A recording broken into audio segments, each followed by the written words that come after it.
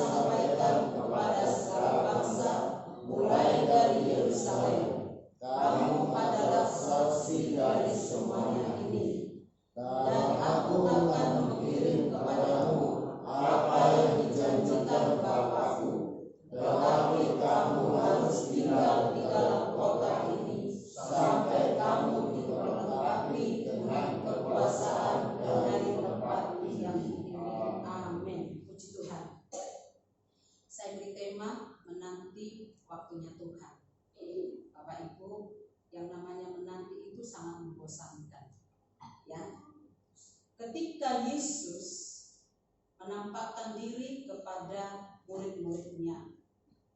Ya, ketika Yesus menampakkan diri kepada murid-muridnya, Yesus memerintahkan, ya, memberikan satu perintah kepada mereka supaya mereka tinggal di kota. Dikatakan di sana, kamu harus tinggal di kota, yaitu di Yerusalem, di kota Yerusalem.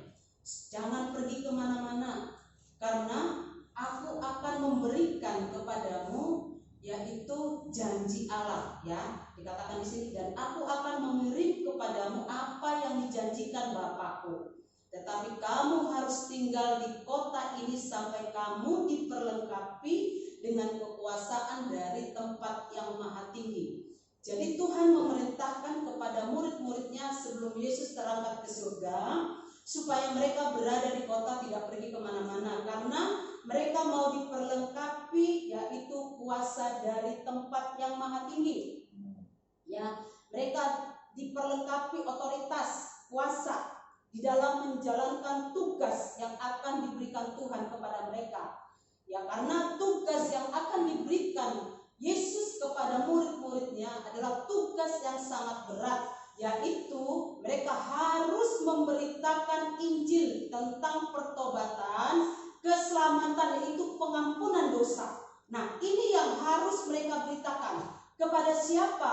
Kepada seluruh bangsa, mulai dari Yerusalem. Kisah Rasul pasal 1 ayat 8. Kita lihat dulu Kisah Rasul pasal 1 ayat 8.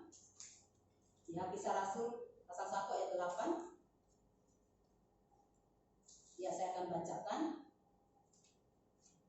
Saya baca dulu ayat yang keempat.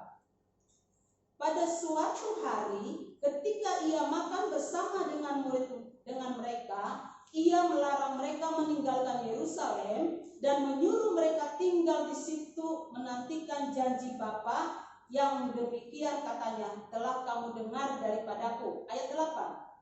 Tetapi kamu akan menerima kuasa kalau Roh Kudus turun ke atas kamu, dan kamu akan menjadi saksiku di Yerusalem dan di seluruh Yudea dan Samaria dan sampai ke ujung bumi. Saudara, Yesus memerintahkan mereka, tadi dikatakan tinggal di Yerusalem, karena mereka akan diperlengkapi kuasa dari tempat yang maha tinggi. Sebelum mereka memberitakan Injil, kabar keselamatan, kabar tentang pengampunan dosa, mereka harus tinggal dan mereka harus memberitakan Injil sampai ke seluruh bumi, seluruh bangsa-bangsa. Yang pertama dikatakan Yerusalem. Yerusalem itu berbicara tentang keluarga. Nah, murid-murid ini harus memberitakan Injil, memberitakan tentang pertobatan, keselamatan kepada siapa? Kepada keluarga. Orang-orang yang ada di sekitarnya, Yerusalem, orang-orang yang ada di sekitarnya. Supaya mereka mempunyai keberanian di dalam memberitakan Injil. Kalau kita perhatikan Petrus, ya, Petrus sempat menyangkal Yesus 3 kali. Karena apa? Karena tidak memiliki keberanian, saudara. Tetapi ketika Petrus dipenuhi oleh Roh Kudus, ketika mereka berada di Yerusalem, berdoa dengan bertekun dengan sungguh-sungguh di hadapan Allah, lalu mereka dipenuhi oleh kuasa Roh Kudus. Dan pada saat mereka mulai berkata-kata dalam bahasa-bahasa Allah, bahasa-bahasa roh yang diberikan oleh Allah, dan Roh Kudus itu menguasai kehidupan Petrus, dan pada saat itu Petrus bisa memberitakan Injil kemana-mana, saudara. Memberitakan Injil, ada keberanian. Kalau kita perhatikan Petrus ini siapa? Petrus ini hanya seorang manusia biasa, seorang nelayan, setiap hari bekerja hanya sebagai nelayan, hanya berada di tengah laut.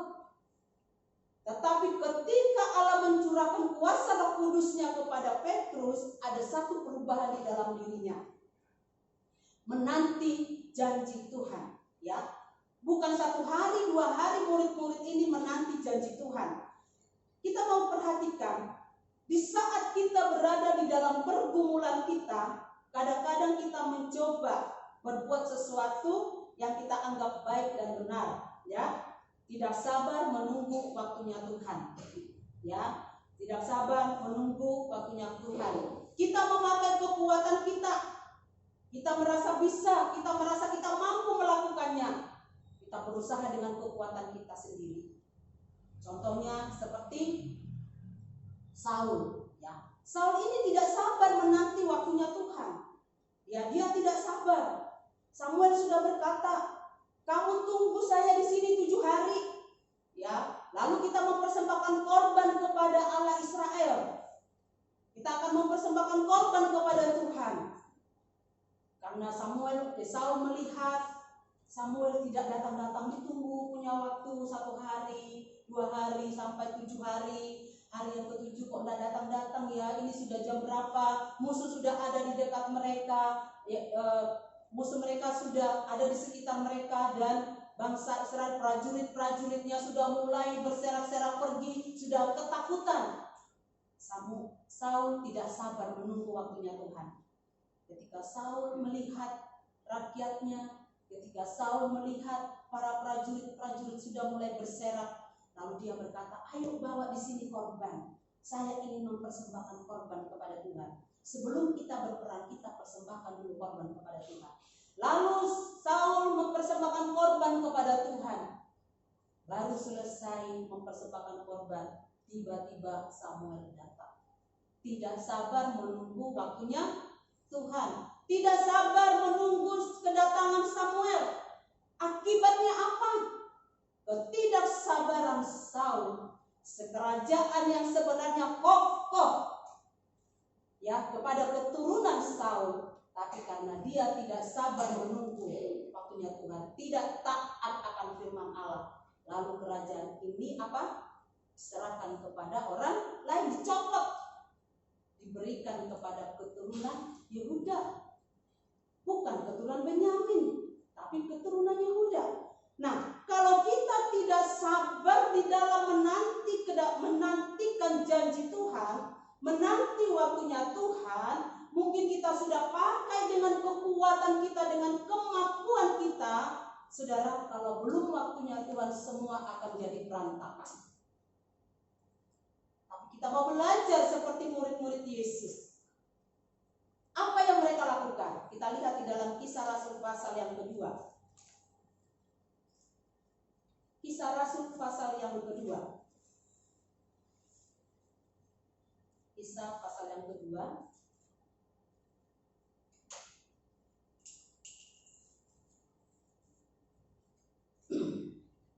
Sudah. Kita akan baca ayat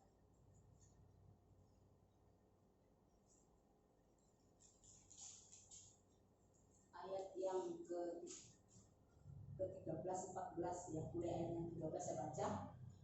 Kisah Rasul pasal yang pertama, Kisah Rasul pertama dulu, ayat 12 sampai 14. Rasul-rasul menanti-nanti, maka kembalilah rasul-rasul itu ke Yerusalem dari bukit yang disebut Bukit Zaitun, yang hanya seperjalanan sabat jauhnya dari Yerusalem. Setelah mereka tiba di kota, naiklah mereka ke ruang atas tempat mereka menumpang. Mereka itu ialah Petrus, Yohanes, Yakobus, Andreas, Filipus, dan Thomas, Bartolomeus, Matius, Yakobus bin Alfeus, dan Simon dan orang Selot, dan Yudas bin Yakobus. Ayat 14 dikatakan di sana, mereka semua bertekun dengan sehati dalam doa bersama-sama dengan beberapa perempuan serta Maria ibu Yohanes dan dengan saudara-saudara Yesus. Apa yang dilakukan oleh murid-muridnya? Yesus berkata, pergi, tinggal di Yerusalem, jangan kemana-mana. Murid-murid ini taat apa yang disampaikan Yesus. Mereka pergi ke kota dan mereka pergi ke tempat mereka menumpang. Lalu mereka mengadakan satu persekutuan di sana dengan bertekun dengan sehati dalam doa bersama-sama. Bapak Ibu, dalam keadaan yang terjadi sekarang ini bukanlah suatu kebetulan. Tuhan punya tujuan. Karena selama ini mungkin kita sibuk dengan kepentingan kita, sibuk dengan usaha kita,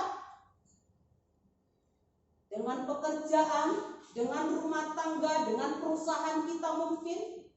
Kita sibuk, tidak ada waktu untuk beribadah.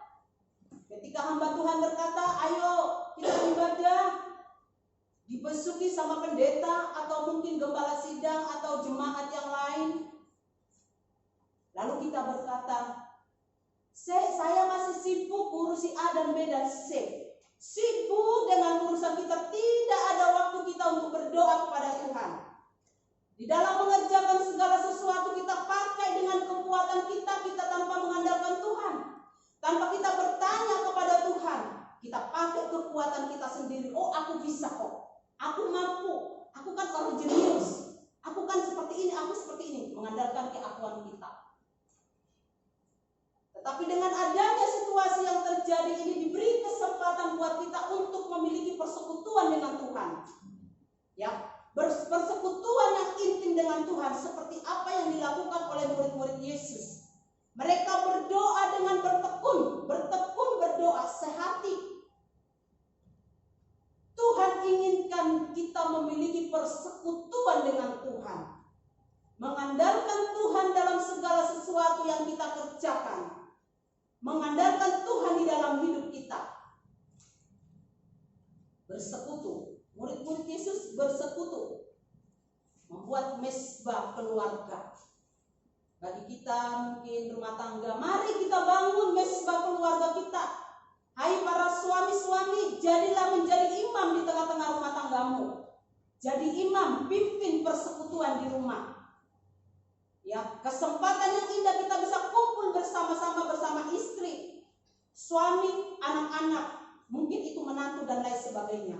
Kita bangun mesbah doa kita kepada Tuhan, membaca firman Allah, sama-sama memuji Tuhan, menyembah Tuhan, menyukakan hati Tuhan. Bapak Ibu, ketika murid-murid Yesus memiliki persekutuan dengan Tuhan, sehati bersama-sama berdoa kepada Tuhan, pada saat yang sudah ditentukan oleh Tuhan, maka seluruh murid-muridnya, para rasul-rasul itu tadi dipenuhi oleh kuasa Roh Kudus. Dipenuhi Roh Kudus.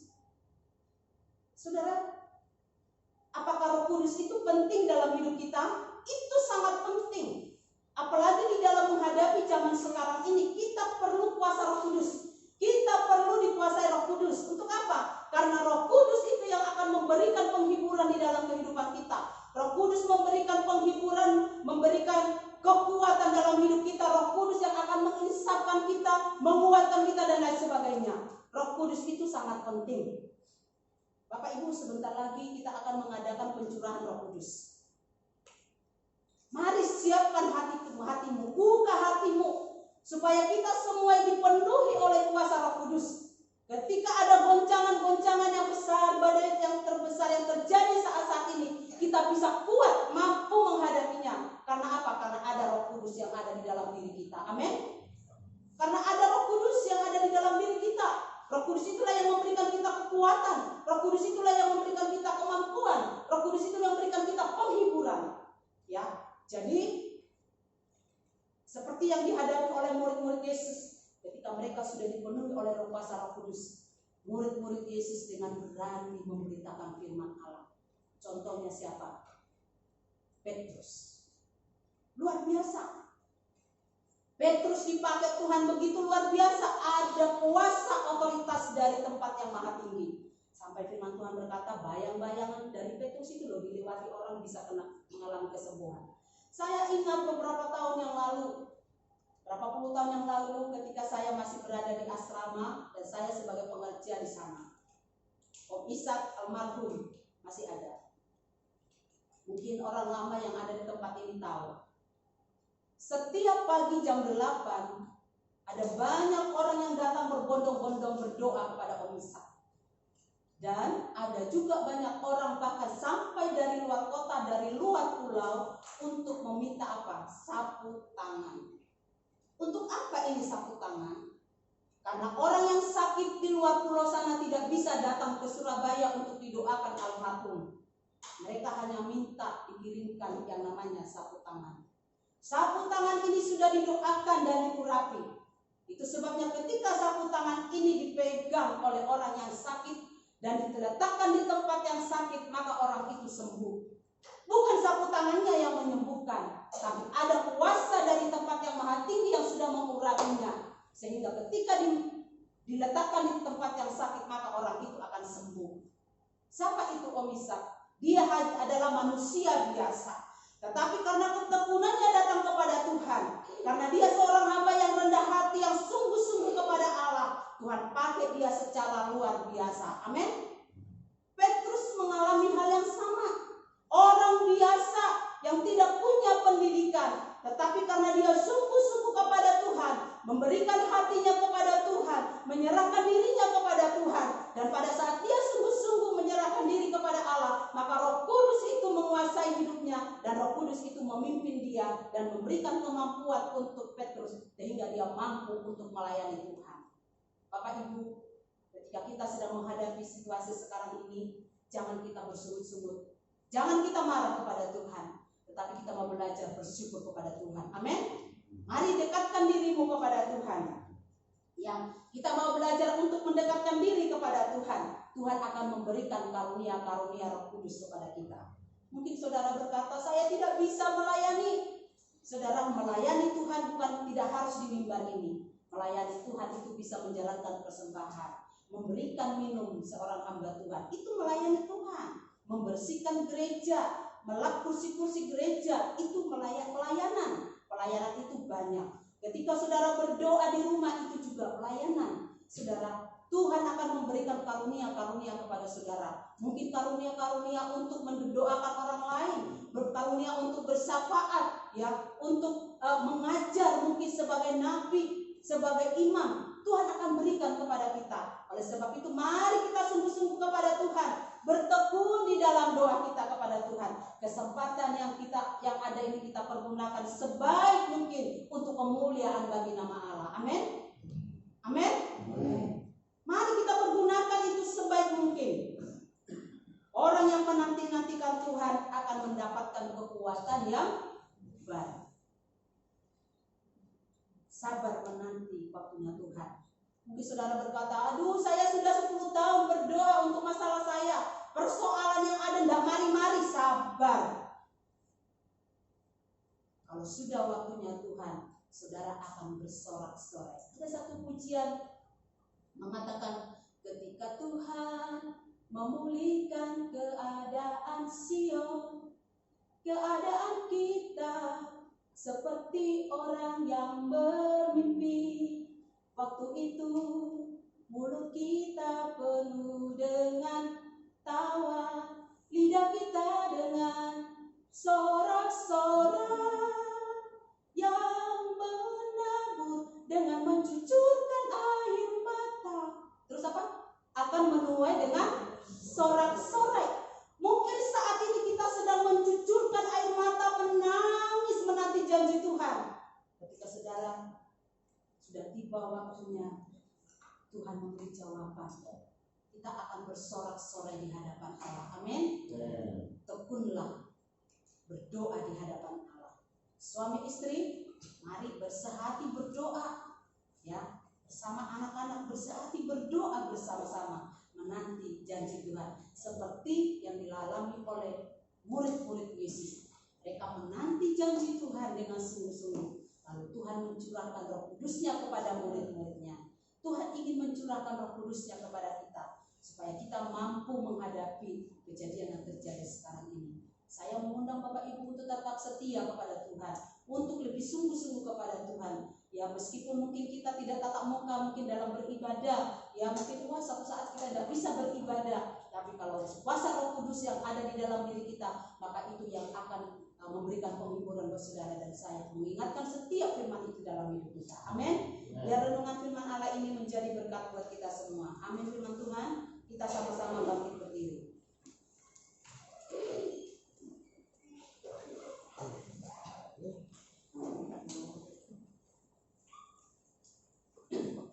Kita angkat pujian, sungguh besar setiamu.